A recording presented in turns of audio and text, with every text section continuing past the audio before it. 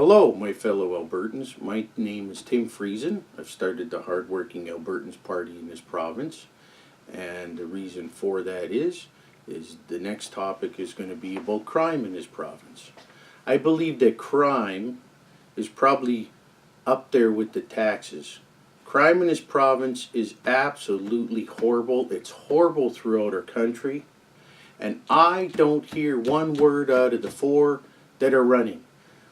The NDP doesn't say anything. Rachel Notley doesn't. The Liberals don't. We actually bring ISIS people into the country, the Liberals do. Wow, that's going to be great for our country. What else do we do? Well, I never heard Jason Kenney talk about crime. They haven't fixed that. They haven't done anything about it, have they? So, I got one thing to say. We're going to fix that in this province. And how we're going to fix that is simple. First off, in order to get this done right, we're going to have to make sure every riding will have an elected chief of police. We will vote for the chief of police we want in our riding. They won't be appointed by any government hack or political figure. Nobody will. We will decide it. Number two, each riding is going to have, depending on the population of each riding, you might have one or two courthouses in that riding. You're going to have a judge at each of those courthouses. So, what will happen is, if you catch somebody breaking into your car or a trailer, the police bring them in that night. They go into the prison cell and wait to go to court in the morning. The judge, who's elected by us, by the way, if I didn't say that, I'm going to say it again. We're going to elect the judges. We won't be appointing judges anymore. The judges will run and we will decide who's going to represent us here and do our bidding, not the government's bidding and their agenda. The judges, if they're convicted, these people will be fined, and if they don't have the money to pay the fine, they're now going to go to work that off. They'll work that off, and it's going to go to going back to paying off the people that had their property destroyed and wrecked. And we're not going to pay the deductible anymore. Sorry, that's done. These people will go to work to pay back the deductible. That's what we're going to be doing here. This is how we're going to start to lower the crime rate. Because if you hit people up when they're doing petty crime, you can stop them from turning into lifetime criminals. This is what we're going to get started on. And for the people who don't believe crime is a problem in this province, I have two friends, both their homes have been broken into twice. They've had trailers stolen out of their backyard. I know businesses just like mine. People are breaking into the compounds, stealing their trailers, their trucks, wrecking everything. This is province-wide. And there is nothing being done about it. So we're going to change this. The people are going to decide how the policing works and how this. It's not going to be a legal system anymore. It will be a justice system. And we're going to deal with this. Number two, the other one that I believe is a major problem that nobody wants to talk about because they're all wimps. They're spineless. We have a lot of vagrants. And they're bothering. I got to be honest, it makes me so angry. When I'm not there, my wife and daughter go to Safeway or some store, and they come up begging for money. And then if my wife says she doesn't have any, they call her, well, let's just say the word rhymes with witch. She's been called all sorts of names. My daughter, my mom gets harassed. She's in a senior's home. They come in the senior's home. They stole the TV right out of the senior's home front entrance. It's just out of control.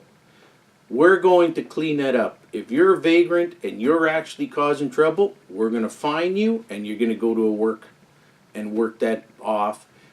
What my goal is to get these people off drugs. If they're working, we get them off drugs and we can educate them, and then we could actually maybe get them in a trade of some sort and get them to become a productive member of society. Yes, I understand. Some of these people have gone through tough things, but that still doesn't give you a right to steal from me and wreck my stuff. We're going to set up a system to help them. Number three, we have a homeless problem in this province, and it's everywhere.